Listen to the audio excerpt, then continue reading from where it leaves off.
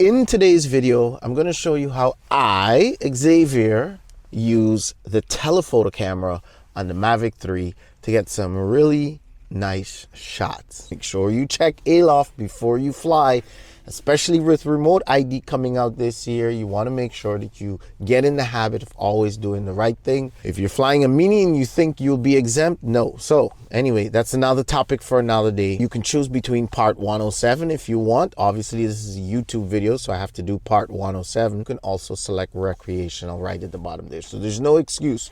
Recreational, part 107, you still got to do it. An hour 30 minutes just in case, right? Sometimes these videos take a while to make. All right, let's hit next so the FAA knows I'm here. It's going to give you your pre-flight checklist.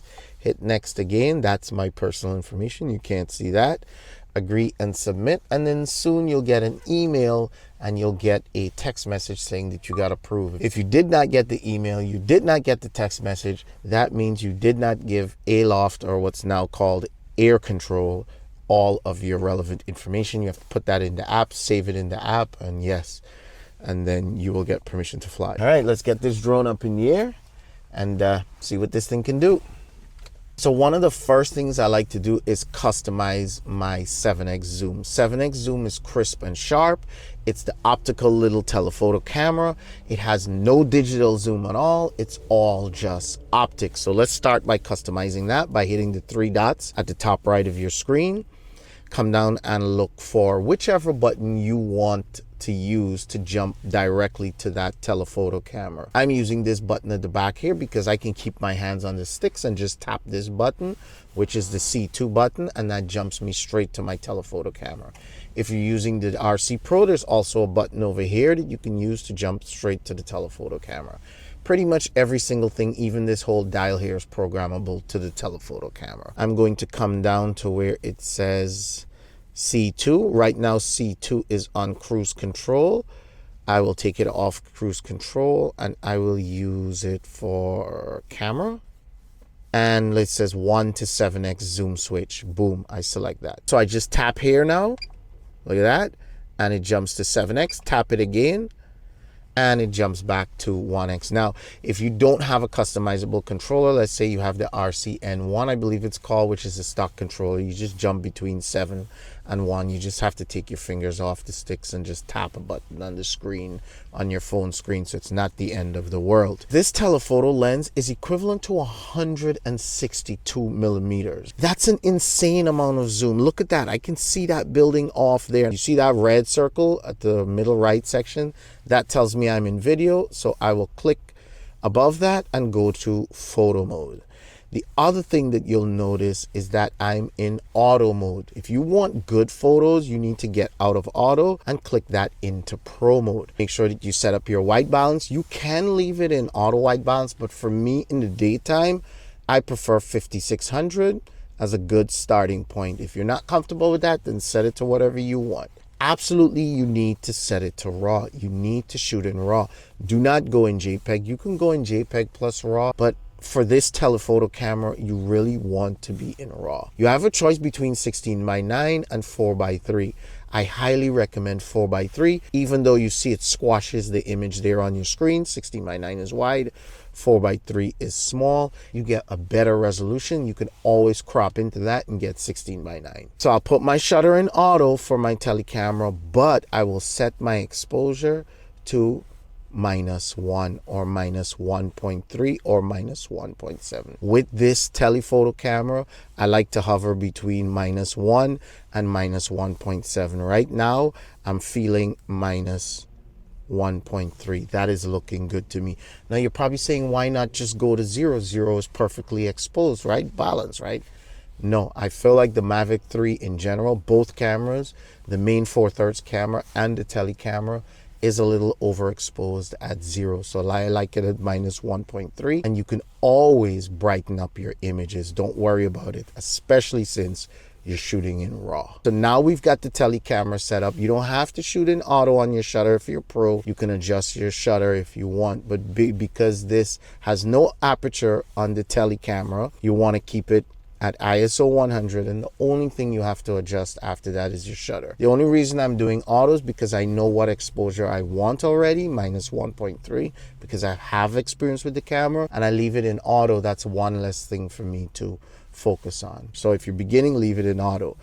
And when you're flying, you should not be flying with the telephoto camera. Fly with the regular camera. That's why I say have one click button so you can toggle back and forth. The telephoto camera will not show you what's directly in front of you, and you can smash into something. Now, the Mavic does have obstacle avoidance, but you don't want to be relying on that. So now we've got the globe and we've got the city. Where's the city? It's even hard to see the city from there. Boom, look, I'll put my cross on the city. Look how far away that is. That looks like a great shot if I want to shoot the globe, right? And what I also like to do if I'm taking both photos, let me show you, as I'm in pro mode, I'll come over here, I'll leave my aperture at f5.6 because to me that's around the sharpest point. And I'll bring my EV down to -7 or -1. There you go. So if I want to shoot both photos, the telephoto and the wide camera, the 4/3, I can do both. Good, so this is a nice shot. Let me make sure there's a post somewhere there. Let's go around. Boom. But I want the city in the background. This looks nice. I'll take this shot.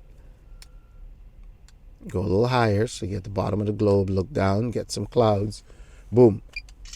Beautiful shot with the city in the background, but I can't really see the city. Let's switch to the telly. Telly, look at that. Oof. Look at that shot. And look at the city. Oh my gosh. Look at the city. That city just pulled the whole city into me. And look, pull it closer to the globe as well. So now I'm a little too close to the globe. Right? So what I'm going to do is look back, make sure there's nothing behind me. Notice I'm not flying with the telephoto camera. And I'll come back a little bit here. Kind of just back up a little bit to frame my shot. And let's try the pull now. Oh my gosh. Look at this shot. Not only that, I got something on the ground here. Look at that. Look at that, right? And I'm at -1. So if you had just left it on auto at -1.3, so you won't have to worry about the camera.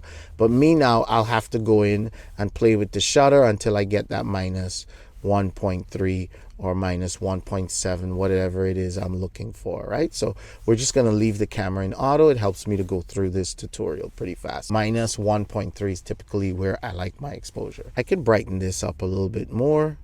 Let's go to, there you go. That looks good. All right, this is a unique shot, right? We've got things on the ground. We've got the globe, right? What is that? That's a building too. Okay, I'm not going to try to get, I don't want the building in here, so I'm just going to go up a little bit, but I want the Empire State Building. I mean that city is miles away, and look at that, I've got it all in frame with the globe. Smash that shot. Now what I'll also do is back out a little bit so I can get more globe as well. There we go. Let's get more globe. Jump back into the telly over here. Boom. You can also go to the side, get more globe in there. Wow, that is beautiful. Take that shot. Okay, so here's what I'm going to do now. I'll turn around and fly out a little bit more. Make like a complete 180. Stay in my line that I was in. Make sure there's nothing there. You can back up too if you trust the sensors, but I just don't trust the sensors, especially since I fly a lot at night. You don't want to build bad habits for night flying. Here we go. Let's pull that in. Boom. Oh, look at that shot. We got more globe in it now. How about that for a shot? Boom. Ain't that beautiful? Ain't that beautiful? Try to position something in front of it and then have a nice background behind it, and you can kind of pull it in. Now, you may not have a globe or anything wow or anything fancy, but look for things like bridges. Even look for things like flags, right? Take some time to get used to this lens and what it brings or what it has to offer. I'll be honest with you guys, I have been loving playing with this telephoto camera. Here's one last tip that I like to do, me personally. You don't have to do it because the autofocus is pretty darn good. Let's go back to the globe shot and zoom in. There we go. Now the autofocus is really good on this camera, especially during the day. I'm in pro mode, so the autofocus looks really good. But as the light starts to get a little lower, right, you're gonna want to click where it says AF, that's autofocus in the middle right, and change it to manual focus. Go to the top here, the very first lever at the top. That's infinity focus. So you don't ever have to worry about snapping a picture and then losing focus. Again, at the top, when you go to manual focus, right at the top here on the first bar, set it there and leave it there. Now, if you don't like the red lines, I just have peaking on. Peaking is under camera. You can come to peaking levels and turn it off so you don't have to deal with that. Yes. And then again, double check, make sure you're in the first line at the top by the mountain over there, and guaranteed with this camera, everything will be in focus. And then you go ahead and snap. All right, so we got some decent shots. We got some nice shots over here.